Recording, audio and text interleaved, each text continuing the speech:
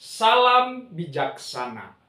Sahabat yang dikasihi Tuhan, hari ini kita bertemu lagi di YouTube channel ini untuk bersama-sama mendengarkan firman Tuhan. Tetapi sebelum kita mendengarkan firman Tuhan, mari kita satukan hati, kita bersatu di dalam doa. Allah Bapa kami yang bertahta dalam kerajaan surga, hari ini kami mau mendengarkan firman Tuhan. Biarlah Roh-Mu yang kudus memimpin kami, mengajari kami, agar kami mengerti firman-Mu. Terpujilah Engkau dalam kasih-Mu, kami berdoa dan mengucap syukur. Amin. Firman Tuhan yang menjadi renungan bagi kita hari ini tertulis dalam Zefanya pasal 3 ayat 14 sampai ayat 20. Demikianlah firman Tuhan. Bersorak-sorailah, hai putri Sion. Bertempik soraklah, hai Israel. Bersukacitalah dan beria-rialah dengan segenap hati, hai putri Yerusalem. Tuhan telah menyingkirkan hukuman yang jatuh atasmu, telah menebas binasa musuhmu. Raja Israel, yakni Tuhan, ada di antaramu. Engkau tidak akan takut kepada malapetaka lagi. Pada hari itu akan dikatakan kepada Yerusalem, janganlah takut, hai Sion. Janganlah tanganmu menjadi lemah lesu. Tuhan Allahmu ada di antaramu sebagai pahlawan yang memberi kemenangan. Ia bergirang karena engkau dengan sukacita. Ia membaharui engkau dalam kasih-Nya. Ia bersorak-sorak karena engkau dengan bersorak-sorai. Seperti pada hari pertemuan raya, aku akan mengangkat malapetaka daripadamu, sehingga oleh karenanya engkau tidak lagi menanggung cela. Sesungguhnya pada waktu itu aku akan bertindak terhadap segala penindasmu. Tetapi aku akan menyelamatkan yang pincang, mengumpulkan yang terpencar, dan akan membuat mereka yang mendapat malu menjadi kepujian dan kenamaan di seluruh bumi. Pada waktu itu aku akan membawa kamu pulang, yakni pada waktu aku mengumpulkan kamu. Sebab aku mau membuat kamu menjadi kenamaan dan kepujian di antara segala bangsa di bumi ini, dengan memulihkan keadabanmu di depan mata mereka, firman Tuhan. Amin. Demikianlah pembacaan firman Tuhan pada hari ini. Sahabatku yang dikasihi Tuhan, 11 Februari 1990 merupakan hari yang bersejarah bagi Nelson Mandela.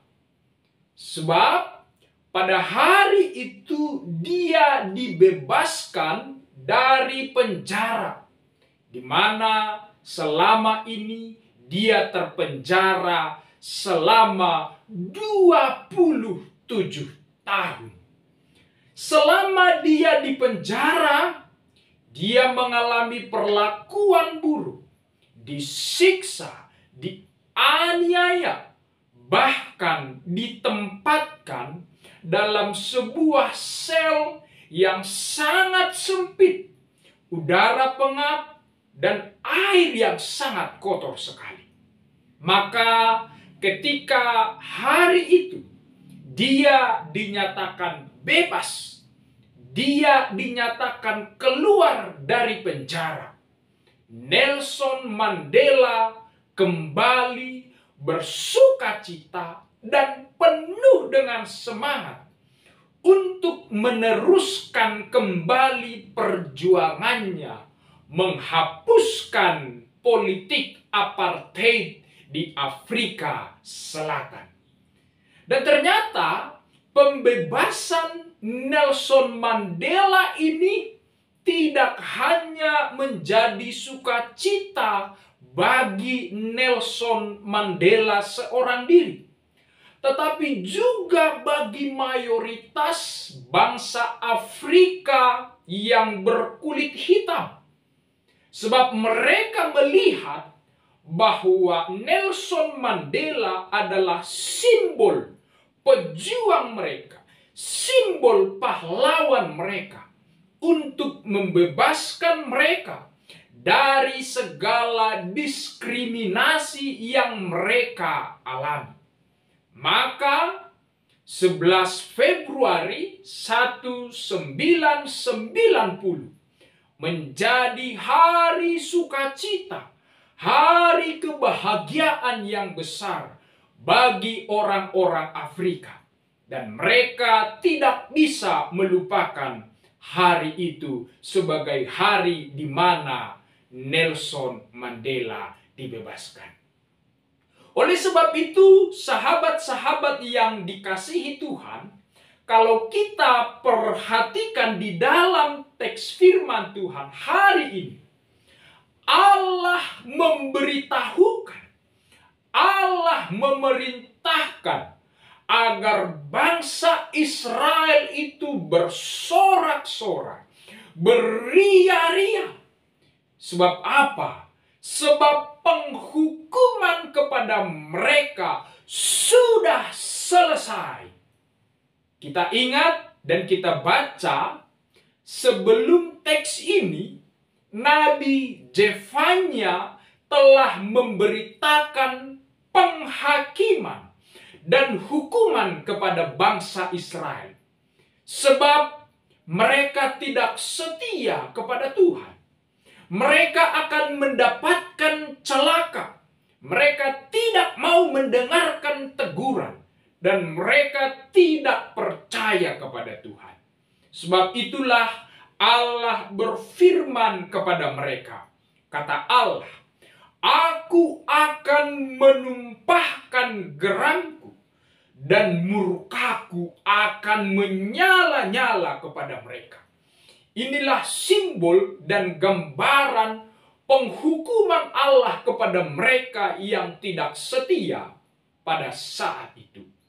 Akibat penghakiman dan penghukuman ini, bangsa itu menderita, menjerit, menangis karena begitu besarnya penderitaan yang mereka alami. Tetapi setelah badai itu berlalu, setelah penghukuman itu selesai, setelah musibah itu berakhir, Allah berjanji mendatangkan keselamatan kepada mereka. Sebab penghukuman telah diselesaikan, masanya kelepasan akan datang. Maka saat itu Allah menyuruh mereka untuk bersukacita, beria-ria, karena akan datang keselamatan yang membebaskan mereka, memulihkan mereka dari segala penderitaan yang mereka alami. Bahkan di dalam teks ini dikatakan, Tuhan sendirilah yang menjadi raja dan akan tinggal bersama mereka. Tidak lagi seperti raja-raja mereka selama ini yang membawa mereka pada kebinasaan, kegelapan, dan murka Allah. Tuhan sebaliknya memimpin mereka kepada jalan yang benar, sehingga mereka tidak akan lagi mendapatkan dan menghadapi malapetaka. Mereka akan dipulihkan, menjadi bangsa yang besar. Mereka tidak tercerai-berai lagi, sebab Allah akan mempersatukan mereka sebagai umat-Nya yang kudus. Maka Allah berkata di dalam teks ini, jangan takut. Sebab apa? Sebab Allah sebagai pahlawan yang memberikan kemenangan kepada mereka. Allah membaharui hidup mereka dari ketakutan, dari kegelisahan, dari tangis, dari duka, dari penindasan, kepada sukacita, kepada kemenangan, kepada sorak-sorai. Itulah karya Allah yang memberikan kemenangan dan pembaharuan di dalam hati dan hidup mereka. Dan Allah berkata, Allah akan berpihak kepada mereka. Allah ada di sisi dan di samping mereka, membela mereka, bahkan menindak segala musuh-musuh mereka yang menganiaya mereka. Bangsa Asyur, bangsa Babel itu memang bangsa yang besar, tapi Allah akan datang di pihak mereka, menolong, menguatkan, dan memampukan mereka sehingga mereka akan kuat di dalam kehidupannya. Mereka yang jatuh, yang hancur, yang kehilangan harapan akan dipulihkan, dibangkitkan Allah, dan dipersatukan Allah menjadi bangsa yang besar di hadapan Allah. Oleh sebab itu, sahabat-sahabat yang dikasihi Tuhan, kalau kita perhatikan pada ayat yang terakhir, pada ayat yang ke-20, kita melihat di sana ada janji Allah yang besar kepada bangsa Israel. Allah berkata kepada mereka, aku akan membawa kamu pulang. Tentu orang-orang yang berada di dalam pembuangan, orang-orang yang berada di dalam perbudakan, tentu harapan mereka adalah mereka dilepaskan dari perbudakan yang mereka alami, dan mereka dibawa pulang ke kotanya untuk bertemu dengan Allahnya di sana, dan kembali kepada Tuhannya di sana, untuk mendapatkan kehidupan yang damai sejahtera di sana. Maka Allah hari itu berjanji kepada mereka, aku sendiri yang menuntun dan membawa kamu. Itu semua membuktikan kuasa dan pekerjaan Allah. Dan hari ini kita melihat juga bagaimana Allah memulihkan kehormatan mereka. Tentu sebagai bangsa yang terbuang, bangsa yang mengalami hukuman, mereka menghadapi berbagai-bagai persoalan. Mereka dipermalukan sebagai bangsa Israel. Tetapi Allah berjanji kepada mereka bahwa Allah akan memulihkan kehormatan mereka, sehingga mereka akan dikenal, akan dipuji oleh bangsa-bangsa di sekitar mereka. Oleh sebab itu, sahabat dan jemaat yang dikasihi Tuhan, pada hari ini, pada minggu ini adalah minggu Advent yang ketiga. Kita menanti pada kedatangan Yesus Kristus.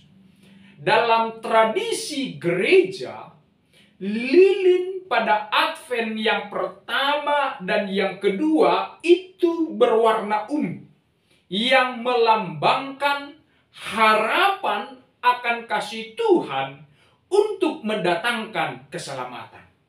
Tetapi pada Advent yang ketiga, lilin itu dipakai warna merah muda atau warna pink, yang melambangkan peralihan dari pengharapan menjadi sukacita.